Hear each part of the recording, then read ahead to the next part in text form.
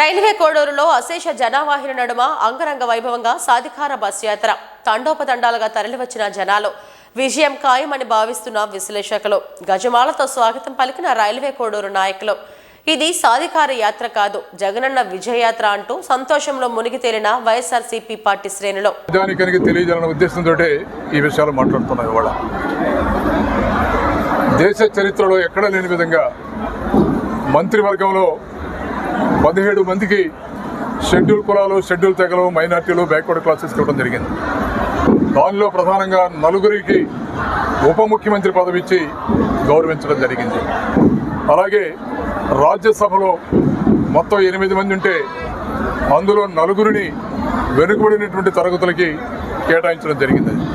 ఇవన్నీ కూడా చిన్న విషయాలు కాదని కూడా ఈ సందర్భంగా మీ అందరికీ మనవి చేస్తున్నాను. అలాగే ఎమ్మెల్సీలు మొత్తం 43 పదవులు ఇస్తే అందులో 29 ఎమ్మెల్సీలని ఎస్సీలు, ఎస్టీలు, బీసీలు, మైనార్టీలకి కేటాయించడం జరిగింది. అదే తెలుగుదేశం టైంలో 49 మంది ఎమ్మెల్సీలు ఉంటే కేవలం 18 మంది మాత్రమే ఆ రోజు కేటాయింపులు జరిగినాయి.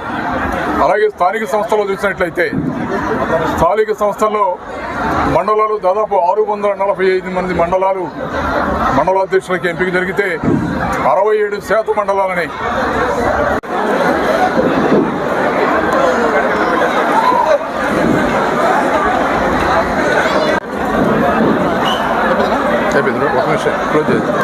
అందరూ కూడా నమస్కారం. ఈనాడు కోడూరులో జరుగుతున్న సామాజిక సాధారణ బస్ యాత్ర కార్యక్రమంలో వేదికన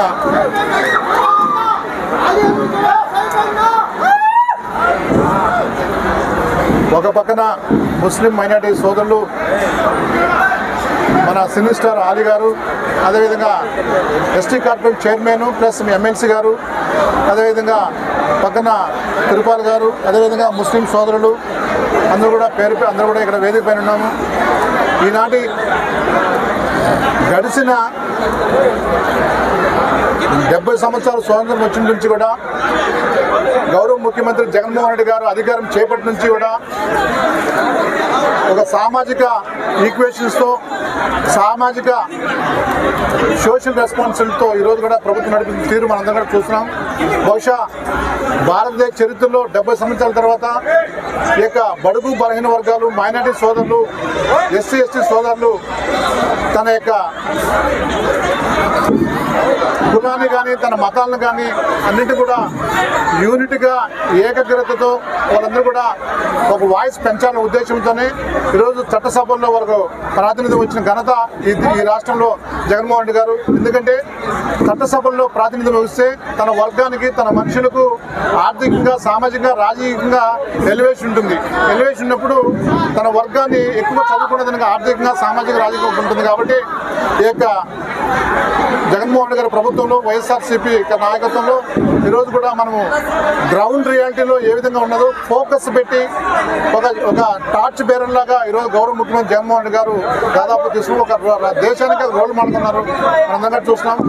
ఈ యొక్క రోల్ మోడల్ కూడా భారతదేశంలో కూడా అందరూ మనం చూస్తున్నారని చెప్పేసి మీకు అందరికీ తెలిసిన ఈరోజు యొక్క జీవితాల యొక్క సామాజిక సాధనగా ఈ ప్రభుత్వం జరిగిందని చెప్పేసి నేను అందరూ గర్వంగా ఫీల్ అవుతున్నాను. అందరికీ నమస్కారం.